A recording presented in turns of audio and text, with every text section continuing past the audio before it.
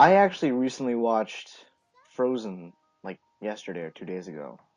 Okay. And I mean, I realized, okay, it's a good kids movie. It's not really a good adults movie. Tangled was better. But Right. at the beginning, when the girl is asking her sister to build a snowman with her, why is she asking her to go out in the snow and build something with her? When the reason why her sister is locked up in the room is because she's afraid that she'll kill someone with her ice powers. Okay. What are you saying?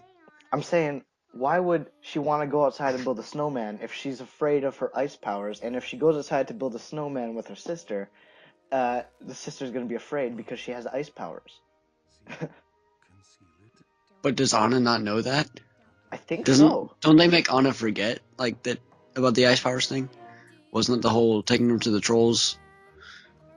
I'll be 100% honest. I wasn't watching this like fully, but that was on my mind the entire time. I took it as she just wanted to spend time with her, like because they were siblings, but like she couldn't because of the ice powers. Yeah. But then she didn't have any memories of that.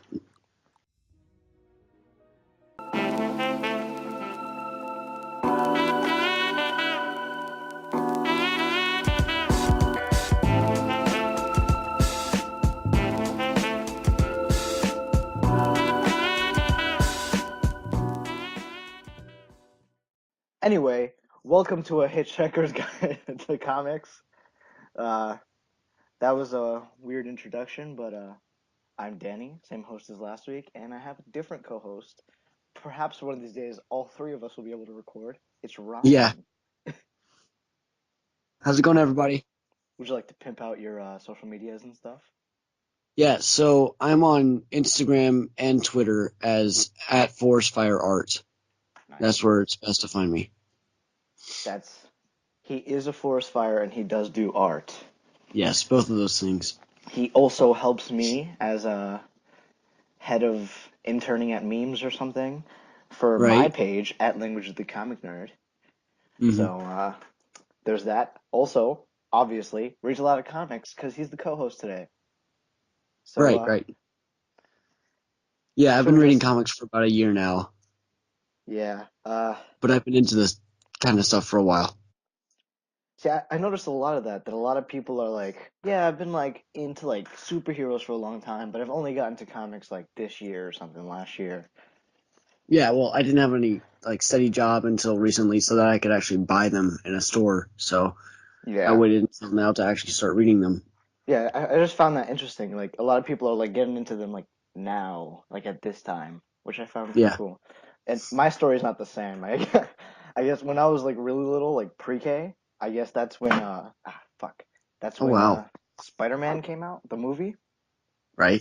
So I was all up on that Spider-Man. I loved Superman, everything. Every Halloween I was either Spider-Man or Superman. No other Uh, character.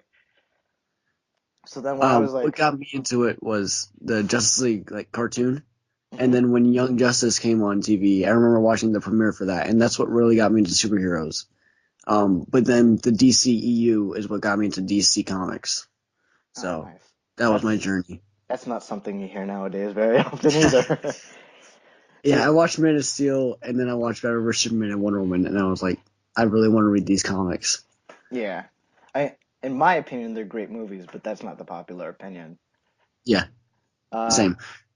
I think once I started like learning how to read, I immediately gravitated towards like Scooby-Doo books and like comics and stuff. That's how I got into Archie. Uh, I read a lot of Spider-Man and Superman and Batman, obviously, because those were like my dudes. Uh-huh. And I think I first started reading comics seriously when I was like 7. Oh wow, that's young.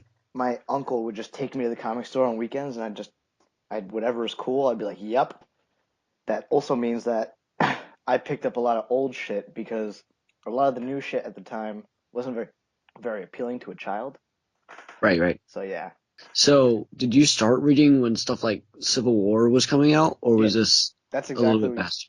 I started reading like around Civil War, but I didn't read Civil War because I was a kid. I didn't really care Right. for it. I think the first comics I actually read was the Injustice series, the Year One That's a and great so one. on. Yeah, that was I think it was a great introduction for me, was that, and then I started reading Earth 2, and that Oh, was right before I started picking up, like going to the store and buying. yeah, Earth So, 2, I personally didn't really get much sales, so that's why it ended the way it right. did. And bless you, was that a sneeze? But yeah, I'm also a big advocate for the New 52. I thought it was fantastic. I read some of the Teen Titans, and I read Action Comics, and I did read all of the Justice League run. So, Teen Titans was probably the worst one out of that. See, like got into comics like very, very seriously around like super seriously where I would just buy and read all the comics was like New 52 started. Hmm. So I've read most of the New 52, like a lot of it.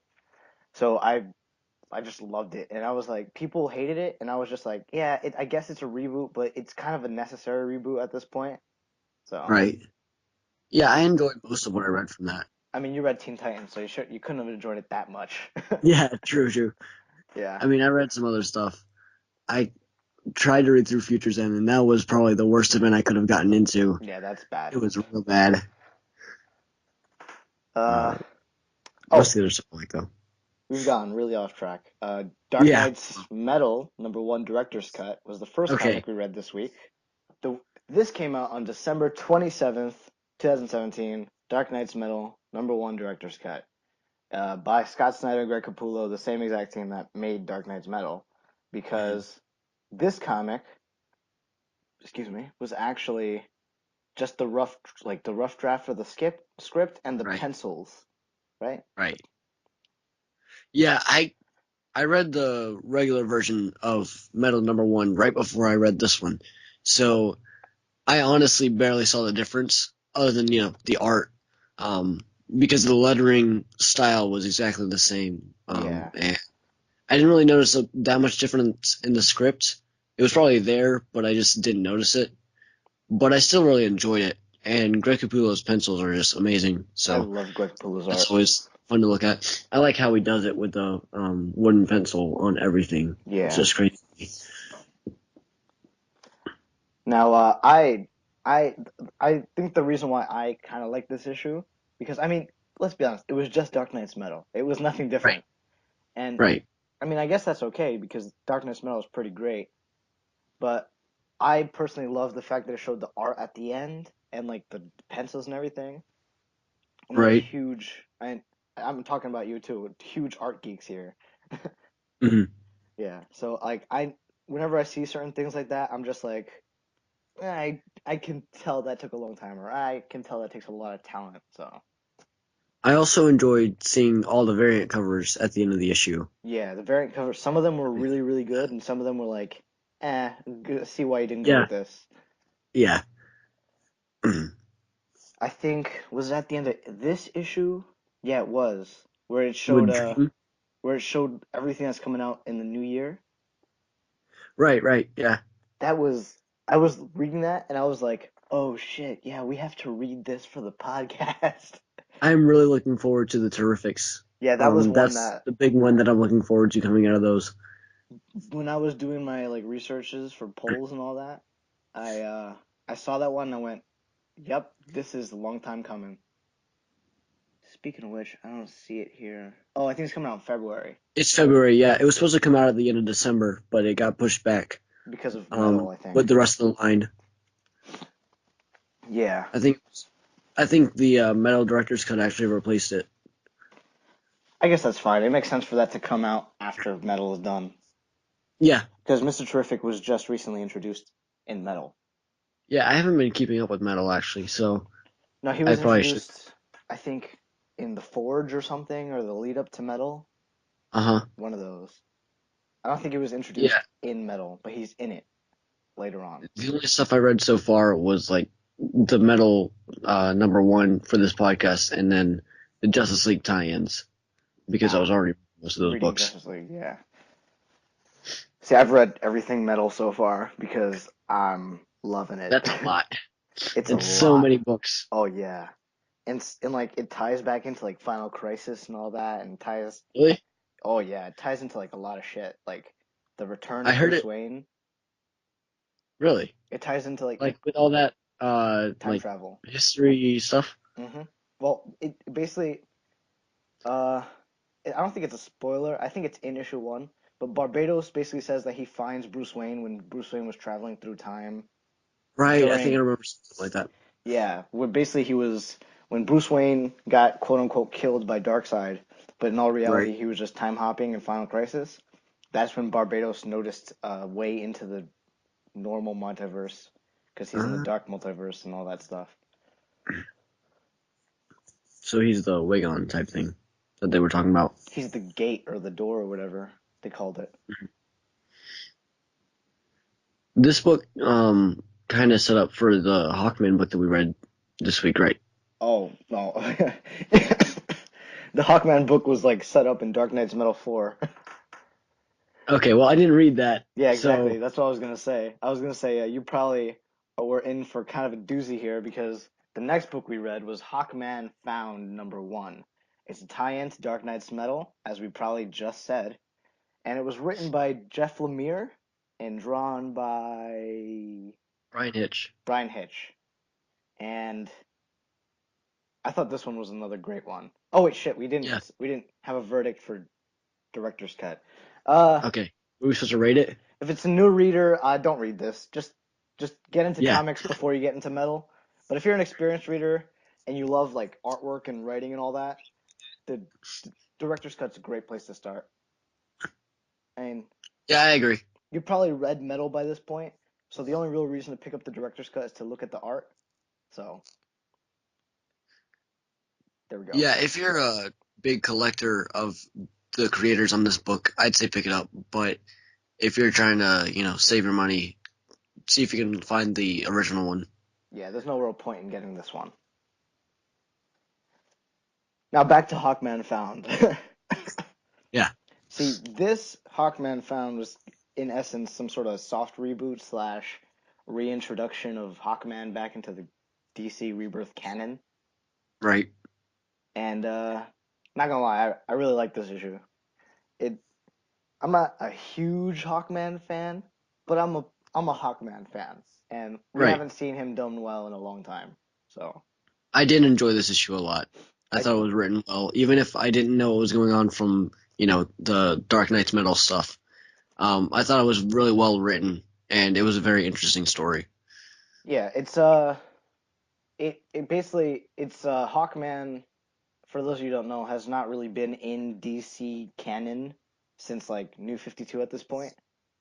I mean, they tried during New 52, but they didn't Wasn't he really. in, like, the Justice League of America and then, like, Stormwatch or something? Yeah, but like not really well done and not really. I don't think was he Carter Hall? Like, I think he was a different Hawkman or something.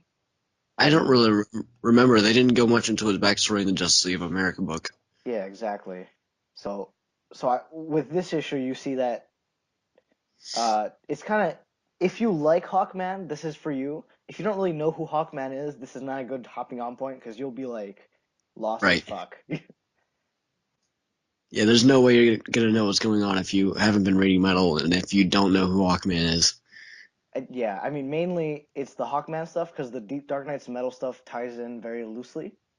Right. But like I guess if you're not reading metal and you're really into Hawkman, you want to see him come back. This is a great, especially it's written by Jeff Lemire. Like, Who's great. yeah, I mean Yeah. I feel like they could use his writing ability in more like a larger thing, but hmm this was fine. This is perfect. I believe he's writing Terrifics when that comes out, so Yeah, that's which something is to look gonna be forward to. great. And we're also Yeah. this one, the art in this was amazing. Right. It fit the character very well in the setting. I It just thought Hitch did a really good job with this. hit like he's such a great like anatomical dude. Like he just draws anatomy really great. Yeah. Yeah, and I that's enjoyed the whole dream thing that they had going on with Hawkman in this. and how it Um, came back at the end and all that. right. I like when stuff ties in like that. Goes full circle. Yeah. So yeah, basically if you're an experienced reader and you like Hawkman, this is a good one to pick up. If you don't really know who Hawkman is and you're just kind of a reader and you haven't been reading metal, start reading some other Hawkman stuff and then come here because you won't really get it. Yeah, I Especially with agree. some of the symbolism when he saw like all the other people and he realized who they were. Yeah, Him. those were his team from that they were talking about in Metal Number One, wasn't it? Or is that the I, different I people? think those were like past incarnations of him. Oh, Yeah. okay. Cause like one of them was wearing like the hawk armor from like Renaissance times and all that. Uh-huh. Okay, I didn't notice that. Yeah, they So all that had like completely their threw me hawk. off. They all had their hawk stuff on. They're all from different eras. Mm, Yeah, okay. yeah. So I thought that was a little cool little thing in there. Next one is by coming out of Marvel. We're moving away from DC, going to Marvel, which is always a little Oh boy. scary. But this one was a Star Wars one, so Star Wars Okay. ones are usually good. Star Wars: Last Jedi: Storms of Crait. Now this book is written by Ben Acker, and get this, Ben Blacker. That is the real writer's names. Okay. Ben Acker and Ben Blacker, and the artist is Mike Mayhew. Okay. I didn't pay attention to the creative team at all. I probably should have when I read this. The art in this, like, let's start with the art. The art was absolutely amazing. Yeah, I agree. They did a really good job portraying the faces, and The um, likenesses were really good. yeah, that was crazy to me. How good they got it. Yeah, like just at first I was kind of like, they tried, and then like the next page I was like, holy shit, that's Carrie Fisher. Right. They did a great job with Han Solo too, I thought. Yeah, I mean, some pages they get like the eyes wrong or something, or Mhm. they'll Like there like, was a couple panels where maybe the faces looked a bit weird with the expression yeah, they were going with, but for I thought example, overall that the art was really good. oh yeah, it was fantastic, but what I really enjoyed is the over expressiveness of some of their faces. Hmm. So there'll be Yeah, something that's always like fun to see. they'll like be like, no, I didn't do that," and then like his face will be like screaming like, "Oh no!" Like, Yeah, I noticed that a lot with Han and Luke. yeah. Oh, speaking of Luke, the characterization of Luke in this was a little off. Hmm. I think this book takes place in between A New Hope and Empire, if I'm not mistaken. Right, that's what I thought. It still seems like he's whiny farm boy in this, Yeah, but which I think at the end of A New also Hope, halfway Jedi. Not really yeah, sure. His speech at the end of it, when he was fighting that one stormtrooper, felt really weird and out of character for me. I feel like it felt out of character early on when he was like, "Man, I want to get shot at. Man, I want to Yeah, see bullets and stuff. Not bullets, but like I don't know. At the end of A New Hope, I didn't. I thought Luke kind of grew past that whole like whiny, like, oh, I want to see action. yeah. Um, this is right after he blows up the Death Star, right? Yeah. Then he's run from the Empire. Mhm. I'm not sure why he's wanting more, action than he's already getting. Yeah. And then Han Solo was like, don't worry, kid. Once you see so many shots, you don't want to be shot at anymore. And he was like, man, do farm work, man. Ah. I Yeah, I did also, think that. Um, I wasn't really sure what was going on with that one stormtrooper group.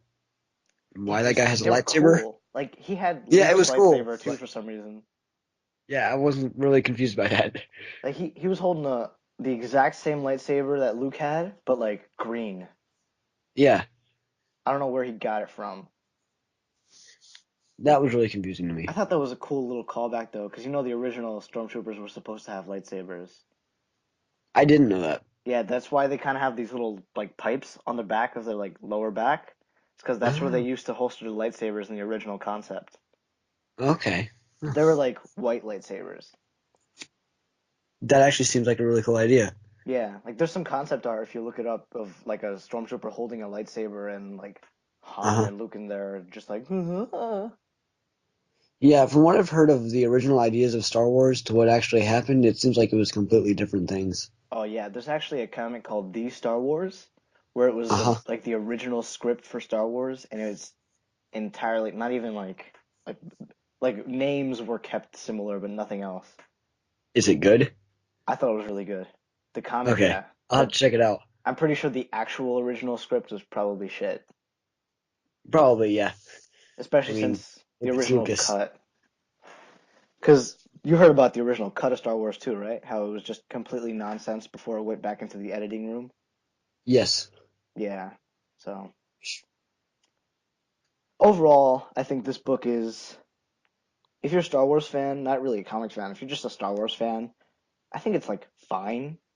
Hmm. It's just one story though, like it's just beginning, middle, and end. So I think that's a Yeah, I was big kind of saving wary grace. to pick this one up, because it said had the Last Jedi, and I was kind of worried about spoilers because I haven't seen it yet. But then it was set between A New Hope and Empire, so it was fine. Yeah. So if you're worried about that with the title, then it's fine for you. And at the end, it teases that it's going to do a comic about DJ, a character in The Last Jedi, which is actually Uh-huh. on our schedule. He's going to be at the end of Okay. January. So, I'll have to make sure I watch it before we read that then. yeah. If you're a new comic reader, I mean, this is a weird one because it's a Star Wars comic, and Star Wars comics fall into a weird category of comics where Hmm. it's like you don't have to read comics to get these or read them. But Except it for, was a good story, yeah, so that was pretty good, and the art is amazing. So, I'd say pick I this enjoyed one the up. characterization of Leia in this one a lot. Yeah, I think Leia was the strongest point of the story. Hmm. I thought that was She great. really led. I think it was Carrie Fisher callback for why they were releasing this one when they did. I think you can just pick the book up just for Leia. Yeah, So yeah, those are DC and Marvel books for this week, the week of December 27th. But we have one more book, that's surprise, right. straight out of Image. And that book was Bonehead by writer Brian Edward Hill and artist Roald Marselius. I So liked this one. I I uh, I liked I it. wasn't sure what I was gonna get going into it, and I was pretty confused throughout the whole thing. But I enjoyed the concept of it. See, I think this is a classic case of uh like poorly trying to mimic Max Landis. And Okay. I'm gonna explain myself. So Max Landis likes to do this thing where he just like throws you into the story and Hmm. explains everything later. This did that kind of thing where it's like, oh, I'm gonna throw you right in the story. We're gonna say things that you don't get yet, but like we'll explain it later or never, because this is the Right. story. We're not gonna hold your hand. So I was like, oh, is this one of those like try hard, like not gonna hold your hand stories? But As by I guess as the inexperienced comic reader that I am, um, I haven't seen a whole lot of these stories, so when it does like that, I am not as wary of it. but I think by the end of this, we got a sort of hint that it's going to be good. Hmm. So I think this is a weird one to read by itself, but I'm going to continue reading this purely because it looks like it has promise, like a lot of promise.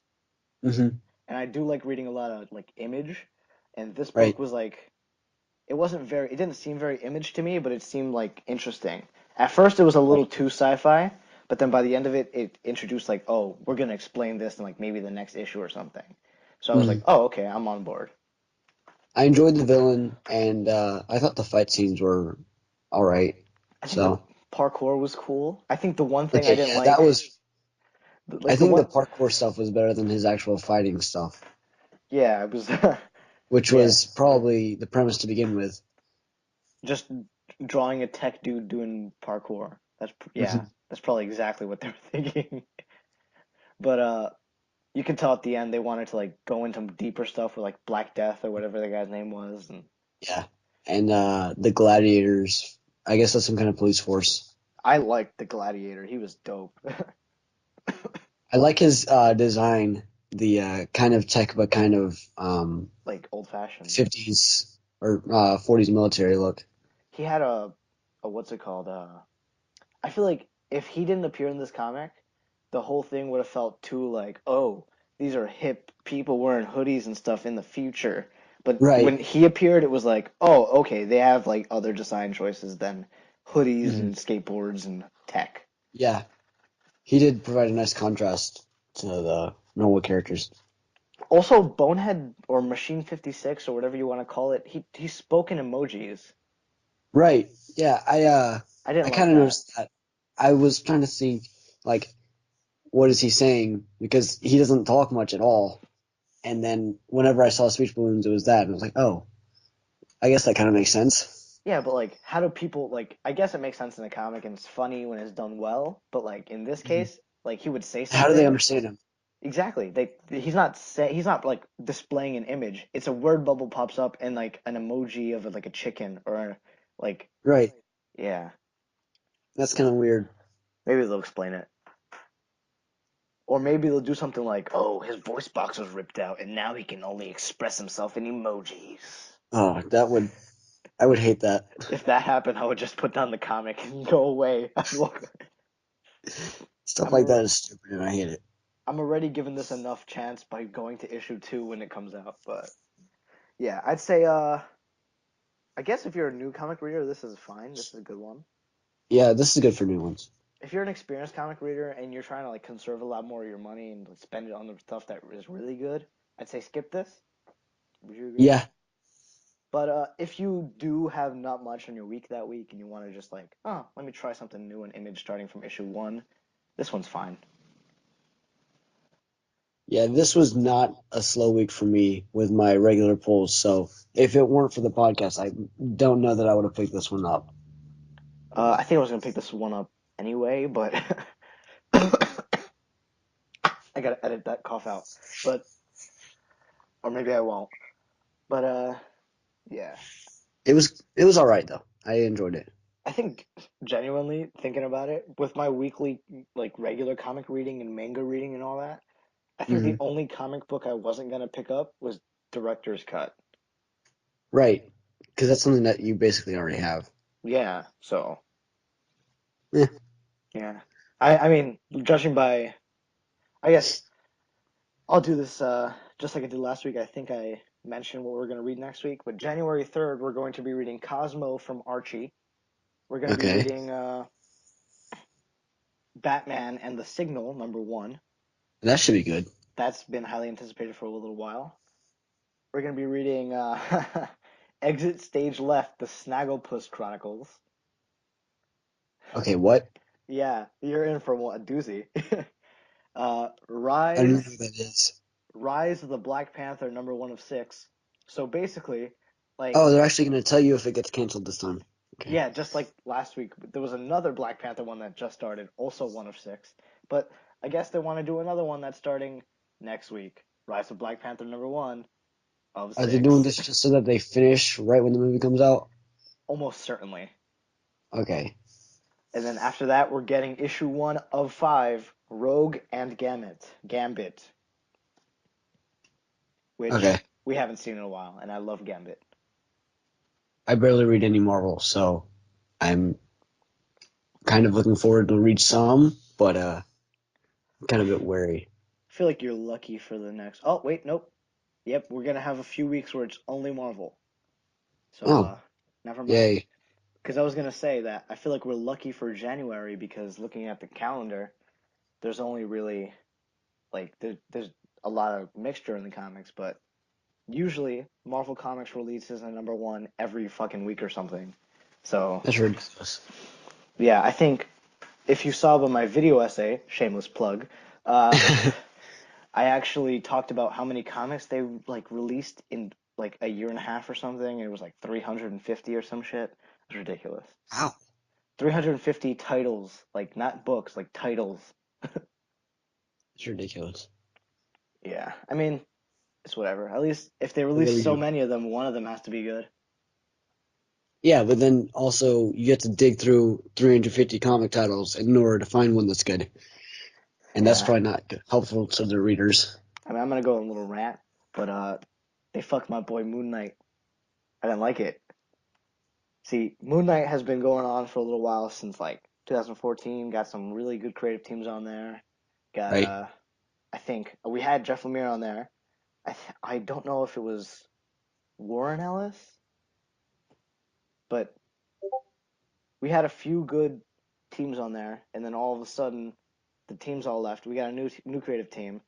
I'm not even gonna try to remember who it is because I stopped reading it. But basically, they did 2 issues. I thought the first one was okay, and then all of a sudden, the next one was just like from the point of view of Khonshu, the god that possessed Moon Knight, like you know the Egyptian god thing. and he was like narrating the whole story from like a funny kind of like, oh, this is a horror comic, but at the same That sounds time, like it should be interesting, but if handled poorly, would be awful. and well, they basically they made it funny somehow. They made this god of death being that possessed this psychopath like dude who has dissociative identity disorder, which by the way they called it multiple personality disorder, which I think is kind of insensitive, but I digress. And Uh-huh. they made it like a funny issue, like, oh, I'm the god of death and blah blah blah, jokes, jokes, jokes, and Why? killing this guy. Oh no. So, Why? on that happy note, I've been Danny from Language of the Comic Nerd. This is Ryan from at Forest Fire Art. If you want to see any of his art or any of his and mine spicy, spicy memes, you can head over to at Language of the Comic Nerd. And if you want to support me specifically, I got a GoFundMe, and just gonna make another movie. I've done so far two films about set in like this Flash world, and I want to When does like the Flash one come out? yeah, Flash for the Zoom is coming out on the 30th, December 30th. And after that, I'm gonna have another announcement for another movie, which I also did on no budget. But this last one, I want to finish it off with a third movie that I can't do on no budget, and I need your help. And I'm gonna put the link on screen and in the description. It's GoFundMe.com/janitor at Star Labs. Each word has a dash in between because you can't put spaces in the URL. So janitor dash at dash Star Labs like Star dash Labs dash short film like short dash film. And any bit counts. I did the money math, and if we get $100, I can start making the film, and if we reach the goal, I can finish making the film. So All right. it's Sounds all up good. to you guys. And thank you. This has been a Hitchhiker's Guide to Comics. Now, is there anything on this list that you guys thought that we should give a different score? If there's anything else that you read or that we made you want to read, say in the comments below or on social media. Thank you for listening. Bye bye. Goodbye, everyone. And